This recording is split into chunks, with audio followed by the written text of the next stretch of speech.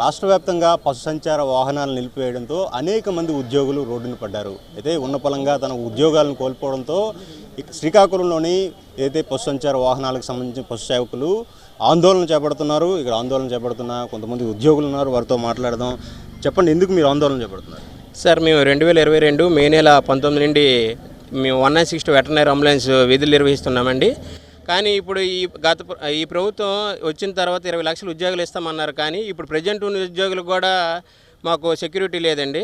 మేము ఇప్పుడు చేస్తున్న ఉద్యోగులు కూడా రోడ్డున పడే పరిస్థితి ఉంది. మేము ఇప్పుడు 3 సంవత్సరాలుగా మేము విధులు నిర్వహిస్తున్నాం. కానీ ఈ ప్రభుత్వం వచ్చిన తర్వాత మేము విధులు నిర్వహించేటట్లు కనబడట్లేదండి. ఇప్పుడు ఆదివారం రాత్రి మాకు షోకాస్ నోటీస్ పంపించారు.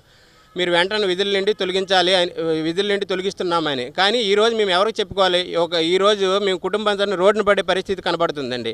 ఇప్పుడు ఏం చేయాలో కూడా మేము అర్థం కావడం లేదు. ప్రభుత్వం ఆలోచించి మా యందు దయ ఉంచి మమ్మల్ని వెంటనే విధుల్లోకి తీసుకొని, లేదంటే వెహికల్ 196 వెహికల్ ఒక ఆపాలని ఒక గవర్నమెంట్కి కాన్సెప్ట్ ఉంటే మాకు వెటర్నరీ డిపార్ట్మెంట్లో వెంటనే చేర్చాలని మా డిమాండ్లు ఉన్నాయండి. ఈరోజు ఎన్ని 175 వెహికల్స్ అంటే మొత్తం 340 వెహికల్స్ రాష్ట్ర ప్రభుత్వం ప్రవేశపెట్టింది. ఇందులో 175 ఈరోజు మొన్నటి నుంచి ఆగిపోయాయి. ఇప్పటికి కాల్ సెంటర్కి ఎన్ని కాల్స్ వెళ్ళాయి, ఎంతమంది రైతులు బాధపడి, ఎంతమంది రైతులు వాళ్ళ యొక్క పశువుల ఆరోగ్యం బాగోలేక ఎమర్జెన్సీ సర్వీస్లో ఎన్ని ఆగిపోయి ఈరోజు ఒకసారి కాల్ సెంటర్ డేటా తీసుకోండి. మాకు ఇంక్రిమెంట్ ఇస్తాము అని చెప్పారు, బట్ ఇంక్రిమెంట్లు పెంచలేదు. ఏ రకమైన ఉద్యోగం నుంచి ఏ రకమైన భద్రత కల్పించలేదు. అయినా మేము మా వంతు మేము సేవ చేసాం పశువులకి.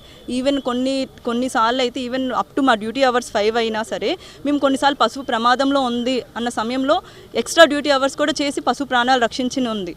అలాంటిది సడన్గా ఏమీ చెప్పకుండా ఇలా ఉద్యోగాలు తీసేయడం అన్నది చాలా తప్పు నిర్ణయం. ఇప్పుడు కంపెనీ మారినంత మాత్రాన సడన్గా స్టాఫ్ అందరూ రోడ్డు మీద పడిపోతే ఫ్యామిలీస్ ఏమవుతాయో ఒకసారి ఆలోచించి గవర్నమెంట్ పాజిటివ్గా ఆలోచించి మమ్మల్ని మళ్ళీ విధుల్లోకి తీసుకోమని కోరుకుంటున్నాము. ఒక్కరోజు ముందే షోకాజ్ నోటీసులు ఇచ్చి ఉన్నపలంగా ఉద్యోగులను తీసివేశారని, అయితే ఉన్నపలంగా ఉద్యోగులను తీసివేయడంతో కుటుంబం సహా రోడ్డున పడ్డామని కూడా ఇక్కడున్న బాధితులు చెప్తున్న పరిస్థితి.